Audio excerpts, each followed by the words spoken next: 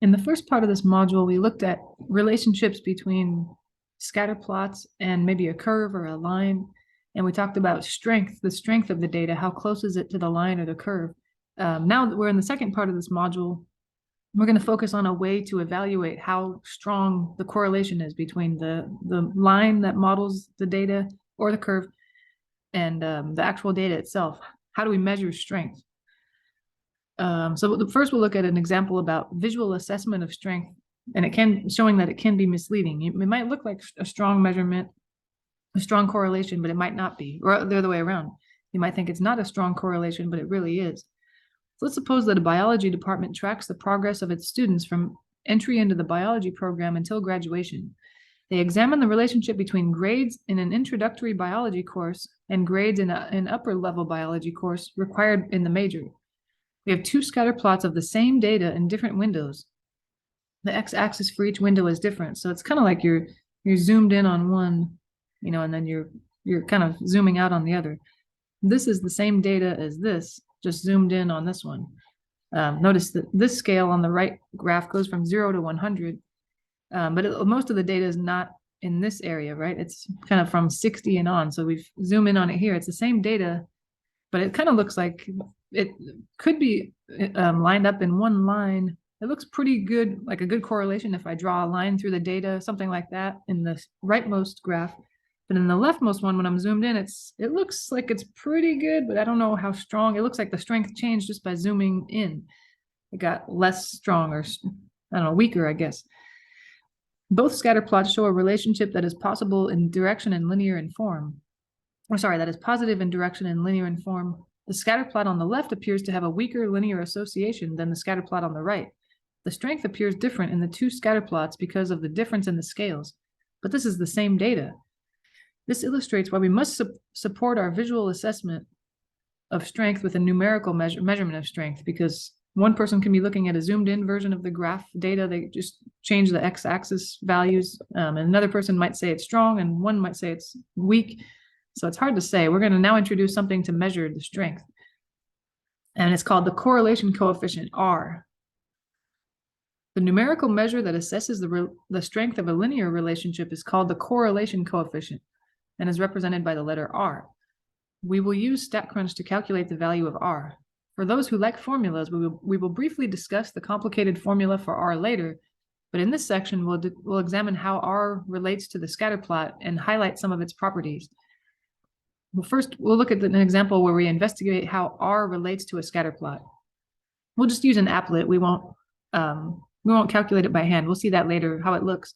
But really, in this class, we will never have to calculate R, the correlation coefficient, by hand. It'll always be with StatCrunch or some kind of applet.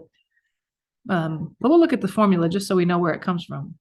Use the slider bar at the top of the applet to change the value of the correlation coefficient R. Slide the bar all the way to the right and observe the effect on the scatter plot. Then slide the bar all the way to the left and observe the effect on the scatter plot. You can also click on the switch sign button to jump between positive and negative relationships for the same strength. So we'll go ahead and look at that now. But you should try it on your own. Let's see, I'll pull it to the right because that's what they mentioned first. Notice all the data is kind of lining up better. You notice that when it was in the middle at 0, it looked like it was just all random, scattered around. I would have no idea what kind of a line would best fit this data. It could be positive, it's hard to tell. It could look like this. It could look like this. It kind of, each of those lines fits some of the data, but I can't imagine a line that fits all the data. So that the R being 0 is not, that means there's not a lot of strength, I guess, looking at this. It's weak, yeah, weak correlation, I guess, between the data and a line. But it seemed like when I move the cursor over to the right, the further I move it to the right, it goes from 0.1 as a value to 0.2, 0.3, 0.4, all the way. The highest, I guess, is a 1. So just by messing with this applet, we see that R equals 1 means the data lines up in a perfect line. That's very strong as it can get correlation on the line. Instead of being close to it, all the data values are on the line. Strength is basically as high as it can get, is as high as possible. There's no way you can get stronger than that.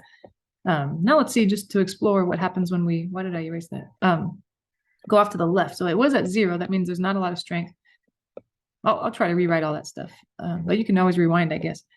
So it looks like what's going on here is R is always between -1 and 1, less than or equal. So R is less than or equal to +1, but greater than or equal to -1.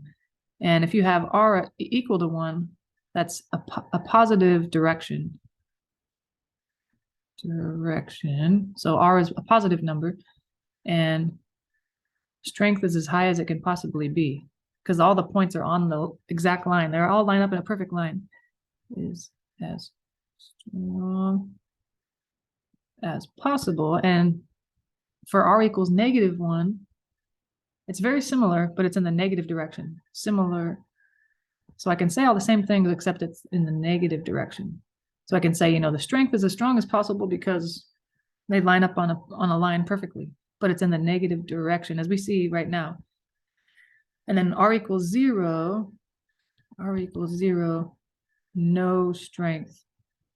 They don't look like the data lines up in any kind of line at all. I would have no idea what to do there.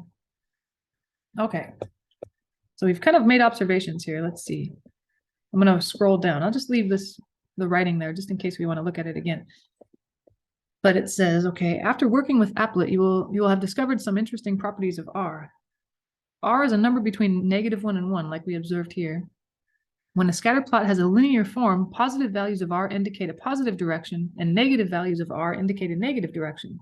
The stronger the linear relationship, the closer R is to -1 or 1. So if R, say for example, R is -0.8, that's not quite -1, but it's a negative number, so it will have a negative direction, the line that it fits, and it's fairly close to -1, so it'll line up in a pretty good line, but not perfect. And then similarly, if it was a positive number instead, if R was +8, or sorry, +0.8, it would be a fairly good linear relationship, not perfect, because if they all lined up on a perfect line, it would be R equals +1, but it's pretty good, and it would be in the positive direction because R is positive. So now we'll see in this example, we're going to estimate the correlation coefficient for a scatter plot. We'll use an applet to practice matching the correlation coefficient to a scatter plot. You will see that 4 scatter plots and 4 values of R. Your job is to match them. You can check your answers, then get a new set of 4. I won't spoil it for you. Just go ahead and try it.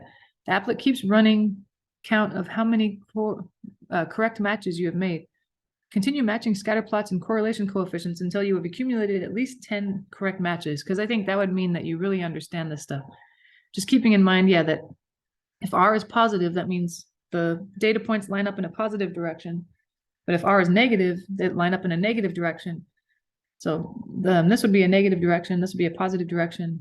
And if R is 0, then it looks like there's no rhyme or reason to the data. It doesn't look like they're all going in the positive direction or the negative direction. It's so random.